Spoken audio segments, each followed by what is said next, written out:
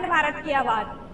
हमें इतिहास में नहीं राजनीति ने बांटा था।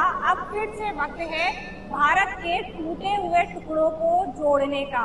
अखंड भारत हमारा सपना ही नहीं, हमारा संकल्प है। इसी के उपलक्ष्य में जयपुर में 14 अगस्त यानी कि अखंड भारत दिवस को एक तिरंगा प्रदर्शन होने वाला है, जिसमें 20 किलोमीटर लंबा तिरंगा और 30,000 देशभक्तों के साथ ये ऐतिहासिक आयोजन होने जा रहा है, जिसके साक्षी बनने के लिए आप नीचे दिए गए नंबर पे हमसे कांटेक्ट कर सकते हैं और साथ में आप अपना नंबर कमेंट में छोड़ सकते हैं। इसी के उपलक्ष्य में आज हम आए हुए मोती डूंगरी पे, जहां हम लोगों से जानेंगे क्या है लोगों के हमारे देश के लिए विचार और वो कितना जानते हैं हमारे देश के बारे में, हमारे अखंड भारत के बारे में। देश फिर से अखंड होना चाहिए। बिल्कुल जी, अखंड होना चाहिए। अखंड भारत के लिए मैं कोशिश करता हूँ। मैं एक हिंदू होने के नाते मैं प्रॉपर कोशिश करता हूँ और मैं योगी आदित्यनाथ जी से काफी टाइम से जुड़ा हूँ, तो मैं उनके नेतृत्व को आगे बढ़ाने और उनके साथ जुड़ा हुआ हूँ, तो काफी टाइम से मान लीजिए आगे बढ़ाने की कोशिश करते हैं हम लोग।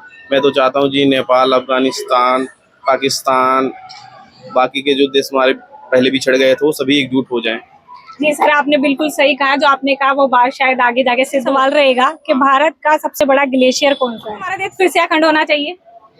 फिर से अखंड होना चाहिए, हाँ चाहते हैं, लेकिन मोदी जी के ऊपर है कैसे करते हैं इस चीज को। तो अखंड भारत के बारे में कुछ बताएंगे आप हमें? अखंड भारत के बारे में जैसे बहुत सारी प्लेसेस थी सिंधु जो पाकिस्तान में चले गई, कई चीजें और बहुत सारे देश मतलब बहुत सारी जगह अलग हो गई, डिफरेंट हो गई, लेकिन उसमें अब ये है कि कई लोग वहाँ के यहाँ आ गए, यहाँ के वहाँ चले गए, तो अब आना जाना लगा रहता है। लेकिन अब जो बीच में वॉर हुई है उस वजह से कई बार मतलब वहाँ के लोग यहाँ पे गलत नजर से देख रहे हैं, यहाँ के लोगों को वहाँ पे गलत नजर से देख रहे हैं। इस वजह से पहले होना भी चाहिए, लेकिन अब लग रहा है कि है ना अगर होगा तो बहुत सारे चेंजेस आ जाएंगे उस चीज में। जी, तो मतलब आप सिर्फ ये कहना चाहते हैं जो भारत का जो पहले टुकड़े हुए थे वो वापस जुड़ना चाहिए, जैसे बांग्लादेश, अफगानिस्तान, म्यांमार, नेपाल, भूटान वगैरह। ठीक है, तो मेरा आपसे सवाल रहेगा, भारत का सबसे बड़ा ग्लेशियर कौन सा है?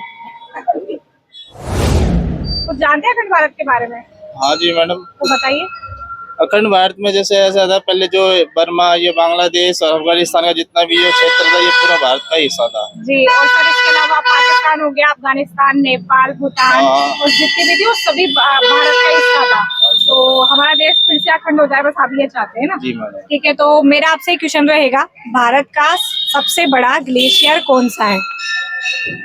आप अखंड भारत के बारे में जानते, क्या हमारा देश फिर से अखंड होना चाहिए? बिल्कुल होना चाहिए मैडम। इसमें ये जो अपना हिंदू राष्ट्र होना चाहिए उसके लिए काफ़ी प्रयास भी कर रहे हैं लोग बाग, और उसके अलावा हम भी उसके साथ हैं। जी सर, तो मेरा आपसे क्वेश्चन रहेगा, भारत का सबसे बड़ा ग्लेशियर क्या है? सियाचिन ग्लेशियर है, जो हिमालय का पार्ट है, जो भी है ये है।